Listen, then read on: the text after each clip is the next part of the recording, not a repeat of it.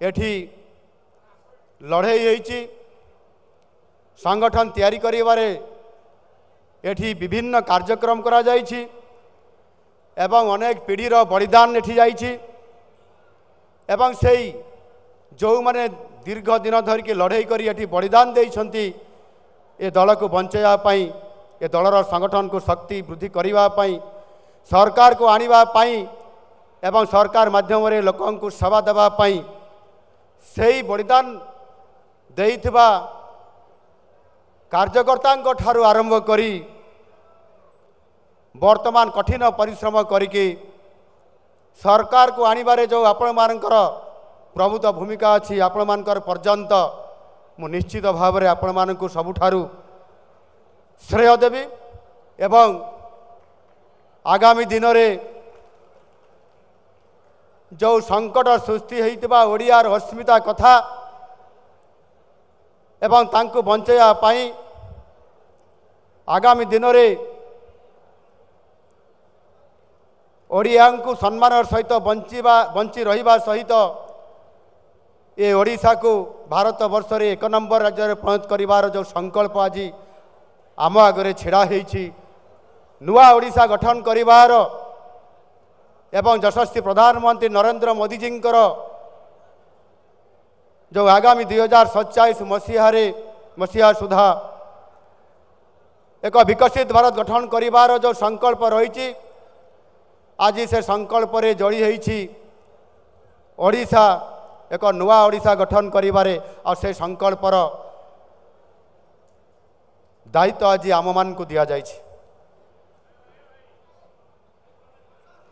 आज आम समस्ते निश्चित भाव में टिके ये भारतीय जनता पार्टी जदि आम पूर्व इतिहास आड़ को जीवा ताहले स्वाधीनता परठारु जनसंघरु ये भारतीय जनता पार्टी पर्यंत जोठी जेते बेले केते जन साधारण कार्यकर्ता ठारू ये दल तैयारी हेबा एवं संगठन काम रे लागिबा प्रतिकूल परिस्थिति मध्य थाई एवं आज ये 2024 मसीहार साधारण निर्वाचन पर्यंत जोठी की लक्ष लक्ष कार्यकर्ता पर्यंत जदि आम एमती अनेक पीढ़ी पर पीढ़ी जाइछि संगठन रे बहुत उत्थान पतन देकिरी आज कठिन परिश्रम करिकी त्याग तपस्या बलिदान आज जेभली भाव रे ये दलर कार्यकर्ता करिछि और ताहार परिणाम स्वरूप आज आमको सफलता मिली भारतीय जनता पार्टी आज एकुटिया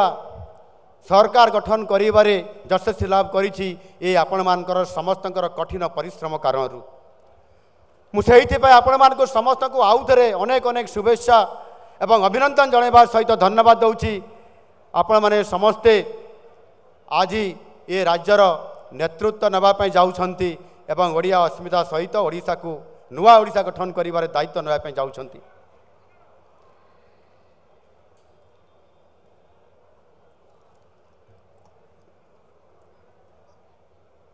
आमे समस्ते जानिछंती आम देश रे जो माने नेतृत्व नौथिले एवं एबे भी नेतृत्व नौछंती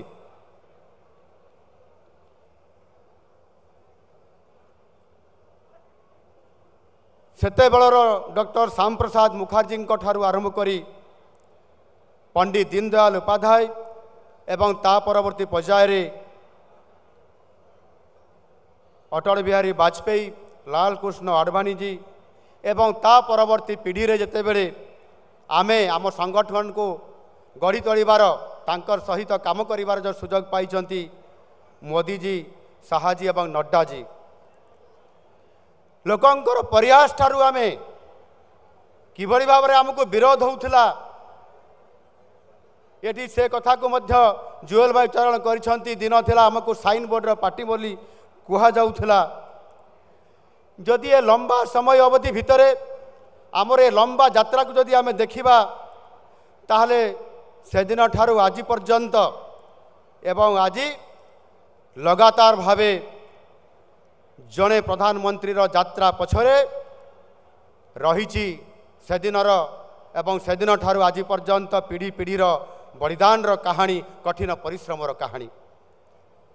आज महाप्रभु श्री जगन्नाथंकर आशीर्वाद कारण आज आमको पूर्ण संख्या गरिष्ठता मिली ताहा सहित